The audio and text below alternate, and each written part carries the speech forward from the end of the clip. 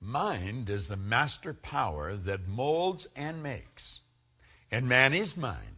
And evermore he takes the tool of thought and shaping what he wills, brings forth 1,000 joys or 1,000 ills. We think in secret and it comes to pass. Our environment is but our looking glass. Do you know James Allen wrote those words a little over 100 years ago? I began to study them close to 50 years ago. Every year they mean a little more to me. I want to talk to you here about the law of thinking.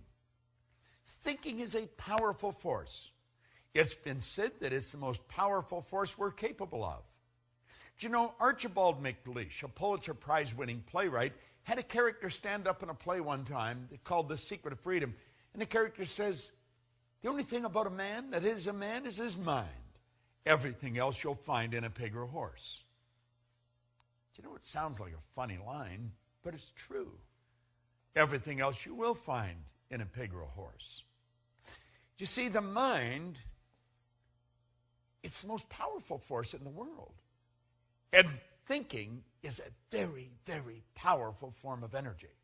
Thought waves are cosmic waves that penetrate all time and space. Now, as we go into the laws of thinking, I want to refer to a few points from Raymond Halliwell. He said, to the average person, life is an enigma, a deep mystery, a complex and incomprehensible problem, or appears so. But it's very simple if one holds the key. You see, mystery is just another name for ignorance. All things are mysterious when they're not understood. But when we understand life, it no longer appears mysterious. Do you know, until I was 26, life was a real mystery to me. It was an incomprehensible problem. And of course, I had many problems. But then I began to study, and I began to study this information. And you know, it took me a while, but as I started to adopt the concepts and adapt my mind to them, my life started to change. My problems started to sort of disappear. I started to earn a lot more money. I was living in a healthy body, very rarely ever being ill. I noticed that I started to attract different people into my life, more interesting people.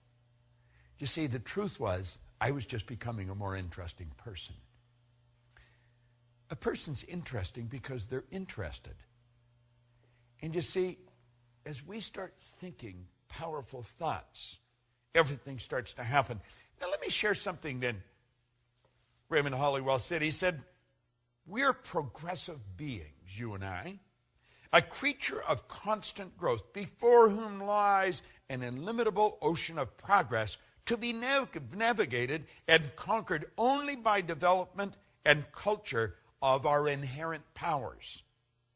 The progress of the individual is largely determined by what? What do you think it is? Now, let me share that again.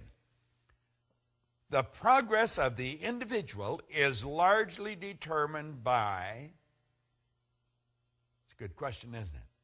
It's by his ruling mental state. Because the mind is the basic factor in governing power in the entire life. My life and your life, you see.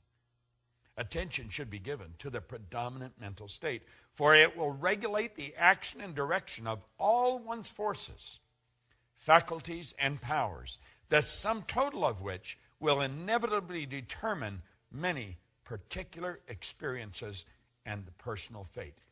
You see, the ruling state is like the CPU. You're familiar with your computer. Well, that's what the ruling state of the computer is.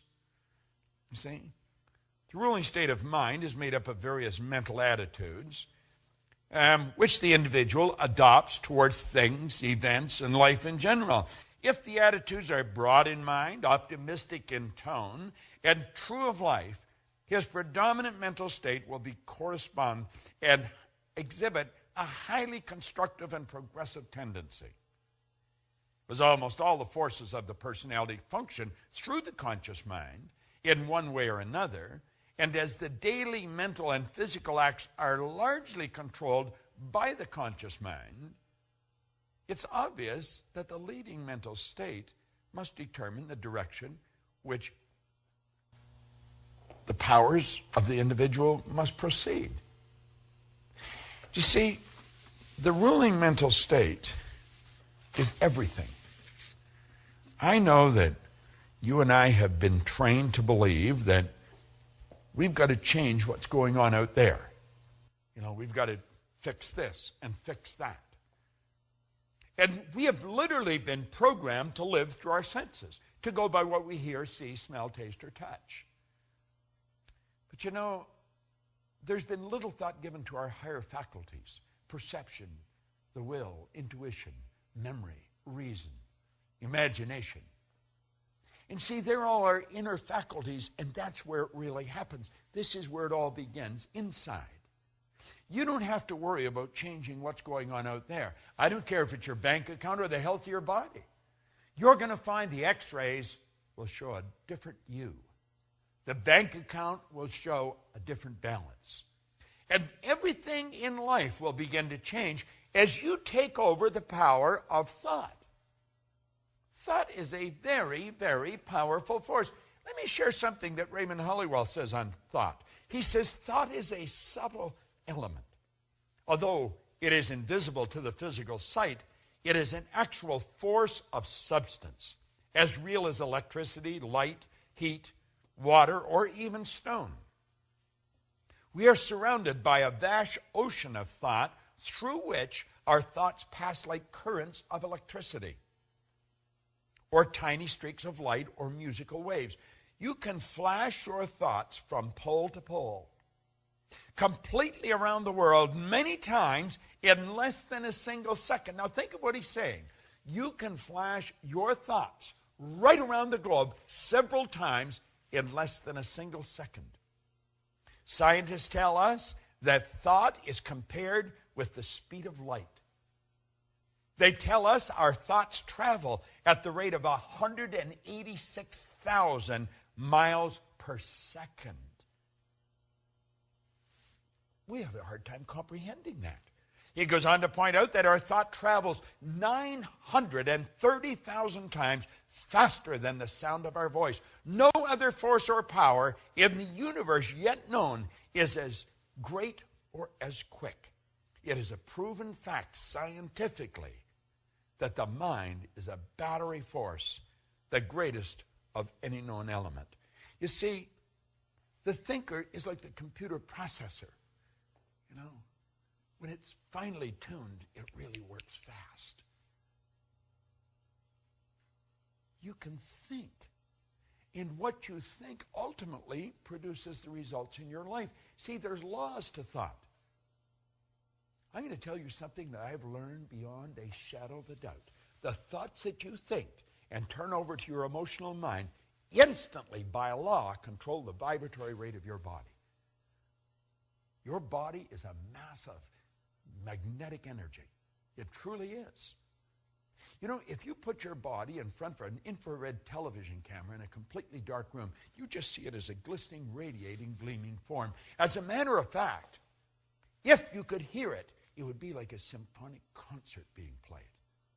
Oh, I know, to the eye it just looks like a thing, you know. But it's not a thing. The body itself is one of the most magnificent instruments on the planet, and you live in one. And it's how you think that is going to dictate what this body is going to do. We know that our actions produce our results. If we want to change our results, we've got to change our actions. However, if you don't go to the thought, the actions are never, the actions may change temporarily.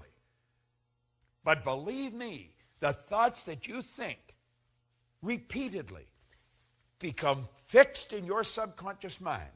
And those thoughts are going to determine what happens in your life. Make no mistake about it. Now, play with this for a moment. We hear a lot about positive and negative attitudes or positive and negative thinking. Well, some think that we deal with two forces. That is, we attract the good and we must do away with the bad.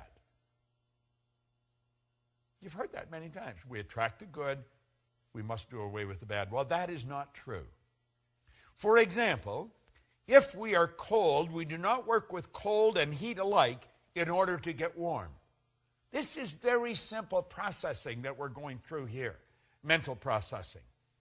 We build a fire and we gather around the fire and we enjoy the heat that is extended from it and we become warm.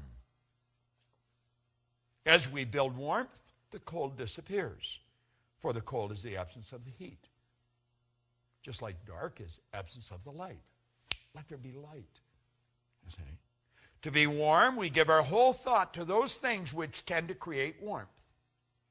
We ignore the cold in thinking of heat and bring forth heat. Prosperity and poverty are not two things. They are merely two sides of one thing, the same thing. There is but one power. Rightly or wrongly used, we cannot think of plenty and then worry about the unfavorable conditions that may seem apparent. If you want to change the results in your life, and I'm just working on the premise that you do, or you wouldn't even be watching this film right now, give your thought to your mind. Give serious thought to this series of overviews that I'm doing on the laws that you're studying. You see, Huxley was right. He said the only corner of the universe that we can be certain of improving, it's our own self. That's all. You know, all those things we want to change outside are all a reflection of what's going on inside. Well, that may be a big idea for you right now, but as you study this for a week, a month, a year, and then come back and hear me say that, it's going to sound like a totally different statement. You choose your thoughts, and your thoughts create your life. You truly do become what you think about. There is a law of thinking. Make no mistake about it. This is Bob Proctor, and thank you.